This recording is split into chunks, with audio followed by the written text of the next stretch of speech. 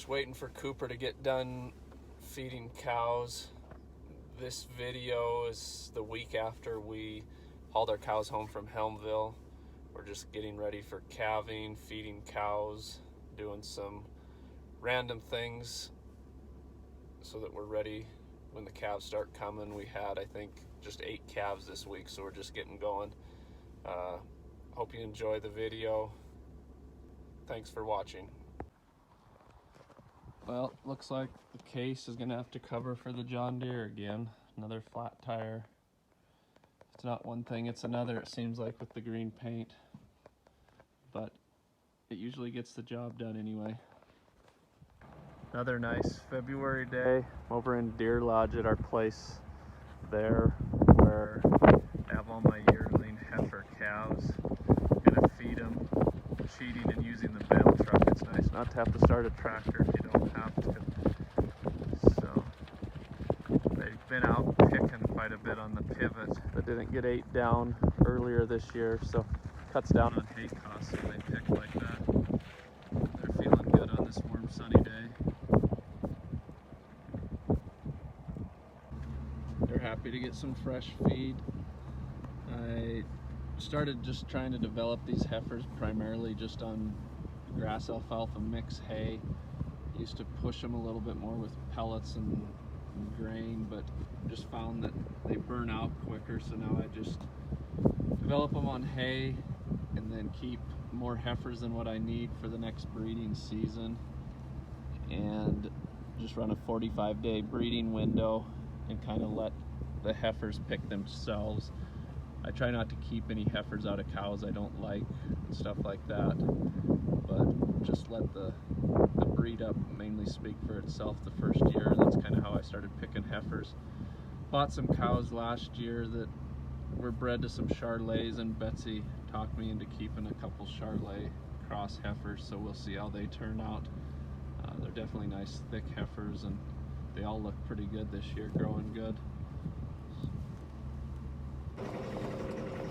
We vaccinated all of the cows today with Scour Guard and poured them with cleanup for lice. We've got a bad lice problem in them.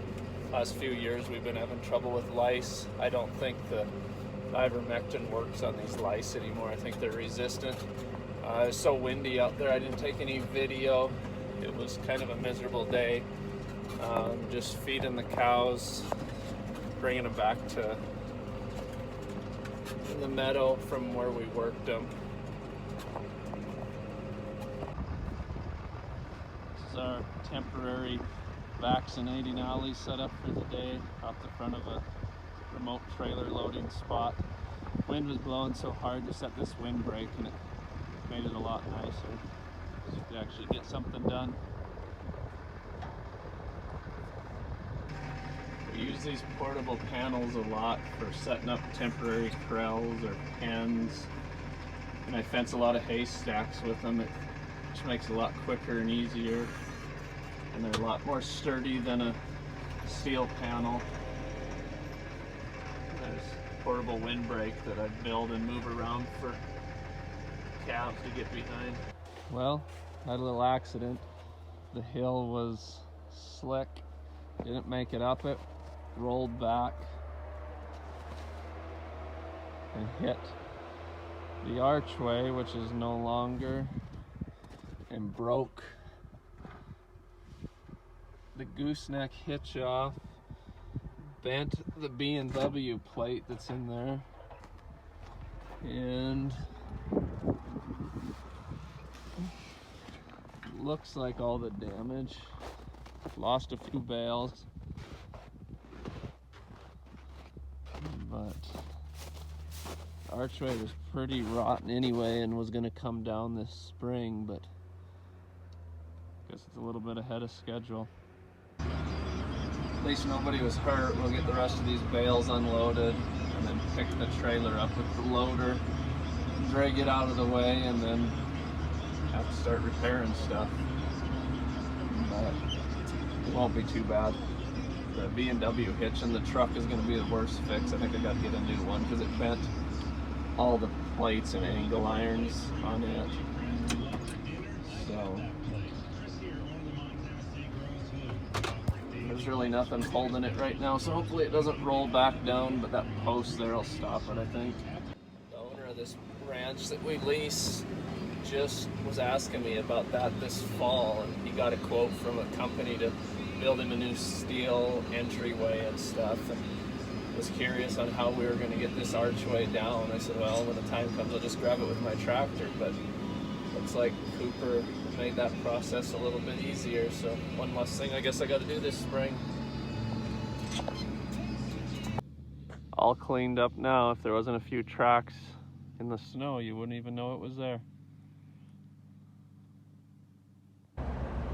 This is my dumpster I built to go on my bale bed.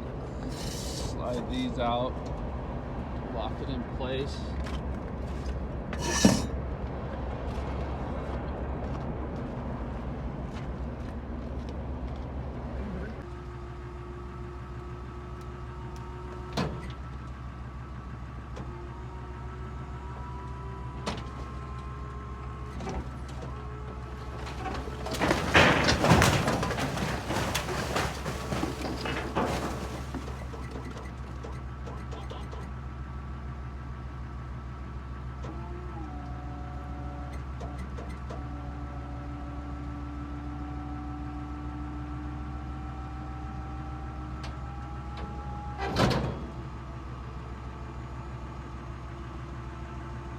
Pretty slick.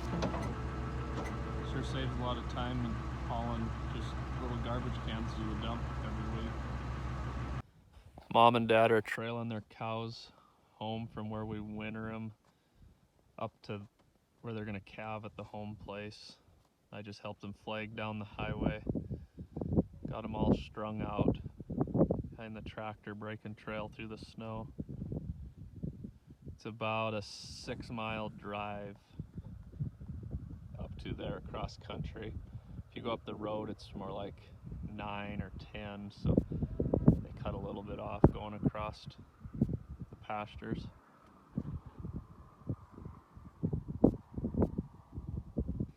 Got a new gooseneck hitch coupler bought, bolted it in there, so the trailer should be ready to go. We'll see if we can make it out this time. Put a bunch of gravel on the hill up there. So we'll see if this truck will pull this load out of here. It's a little bit underpowered. This truck doesn't run as good, but the orange one is broke. Got to find a new B&W hitch for that. These are the archway posts. They were pretty well rotted off, you can see here. It was only a matter of time before they came down. So I'm gonna give this a try again. Just feeding cows on this nice 15 below morning. Our processor, the output shaft seal was leaking, so I ordered a seal kit for it. And the seal kit was wrong, so now I'm waiting on the right seal kit to put it back together. So we're feeding with the bale spinner, which is how we feed a lot of the cows, but the processor's a lot nicer. You don't have to cut strings and stuff. So I've been shuttling bales to Cooper in the tractor with the bale truck, and I pull the strings. It speeds it up and makes it easier and a little bit quicker. So I had some questions on how much our bales weigh and how much we feed. Right now we're feeding about 11 bales a day to the cows that are going to calve, and they weigh about 1,450 pounds.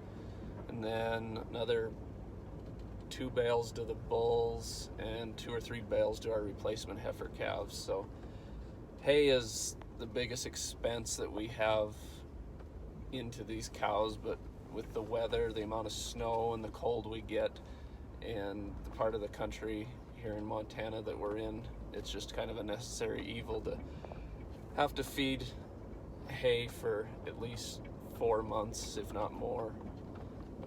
Try not to supplement very much in the fall. I'll throw out some protein tubs to keep the cows going on grass.